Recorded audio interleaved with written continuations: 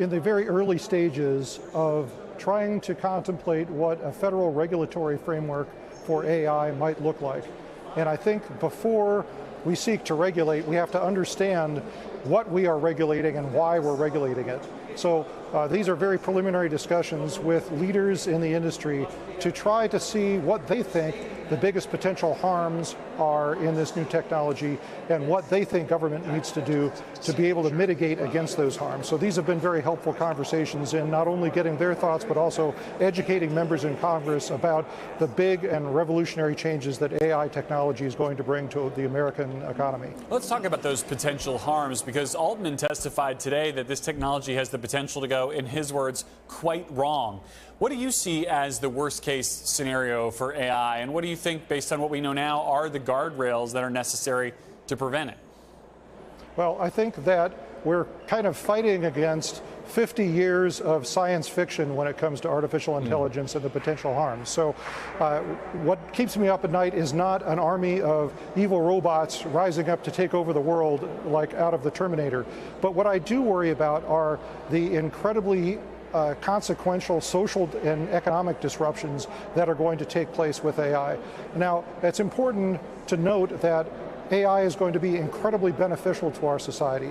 It is likely to lead to an explosion of human creativity and productivity that we have seldom seen in our entire history. But it also comes with some risks, and we need to make sure that we mitigate those risks without crushing the promise of this new technology. Aren't a lot of those risks on the human side, that, you know, kind of how AI gets put together is based on the biases and the sort of beliefs of the people who are coding it and writing these algorithms in the first place? Certainly, and you know, the potential for bias, especially unintentional bias, is one that has already been well documented and one that Mr. Altman talked about in his testimony. But I think it's also important to emphasize the fact that we don't need a regulatory framework to deal with that. Those kinds of biases are already against the law, and the well-publicized examples that we have so far of bias getting introduced in AI, I'm talking about things like facial recognition and the automated screening of resumes, those biases were unintentional, and if they were intentional, they would have been illegal. So, you know, those are things we think we understand. It's the longer-term risks that I'm more concerned about.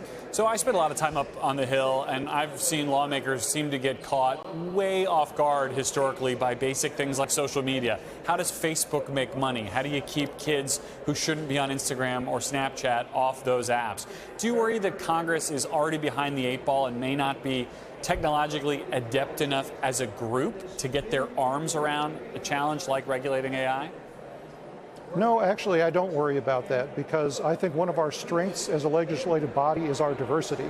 So we always say that our policy knowledge is a mile wide but only an inch deep, because we're required to legislate on so many different topics. So it's useful to have people from a wide variety of different backgrounds in Congress, and you know, I'm honored to be one of the sources of knowledge for my colleagues when it comes to technical subjects like AI. So, you know, I think that we will succeed in getting everyone educated on this topic.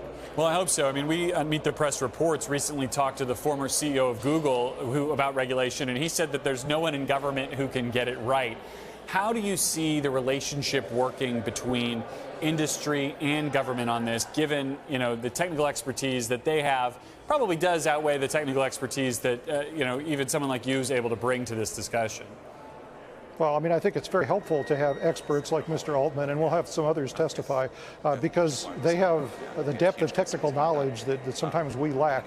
It's also, however, very necessary that we keep in mind that they have their own point of view and their own commercial interests in defending what they've created. So we're also going to be engaging people on the other sides of the issues, ethicists, people that have been the deep thinkers in the ethical implementation of AI, to make sure that all of the different points of view are represented before we make decisions. I want to play for you one of Altman's points of view on this issue, the idea that AI is different than social media, but also kind of similar in that he believes it's a tool. Take a listen to what he said.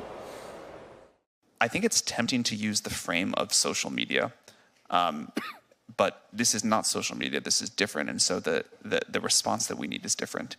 You know, this is a tool that a user is using to help generate content more efficiently than before, They can change it. They can test the accuracy of it. If they don't like it, they can get another version.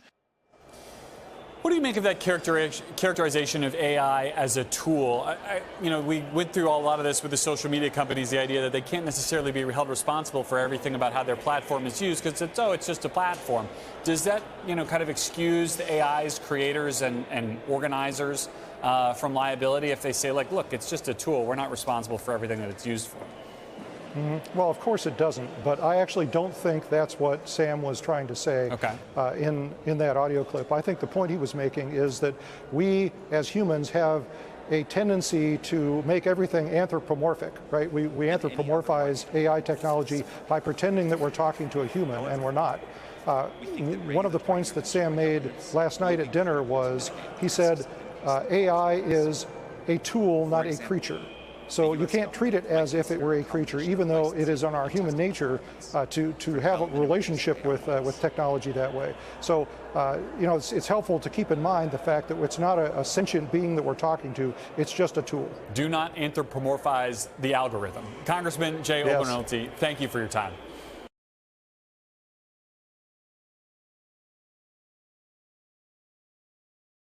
Thanks for watching our YouTube channel. Follow today's top stories and breaking news by downloading the NBC News app.